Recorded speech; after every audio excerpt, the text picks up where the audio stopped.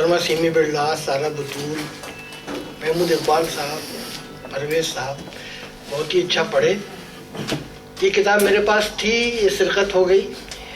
امریکہ سے آئی تھیں آصفہ نشاط لے گئیں، وہاں پہنچ کے انہیں نے لاس اینجلس سے فون کیا کہ وہ امجد کی کتاب بھی لے آئی. میں نے کہا یہ دو امجدوں کے بیچ میں پھنسا ہوا ایک مرزا ہے، اس کو رہنے دیتی میرے پاس.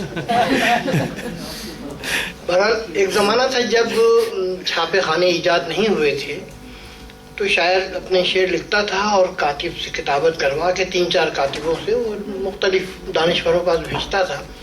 چنانچہ گلستان و بلستان شیخ سعدی نے لکھی اور اس کو استنبول بھیجا مولانا جلال الدین رومی پاس. وہ ایک بہت ہی اچھے صندوقچے میں لکڑی کے، چمڑے میں لپٹی ہوئی گلستان بلستان آئی.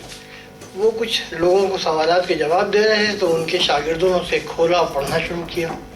وہ اتنی دلچسپ تھی کہ انہوں نے پوچھا بھائی کیا ہے، کیا آیا؟ کہنے حضور مٹھائی آئی ہے. کہا بچوں میں تقسیم کر دو.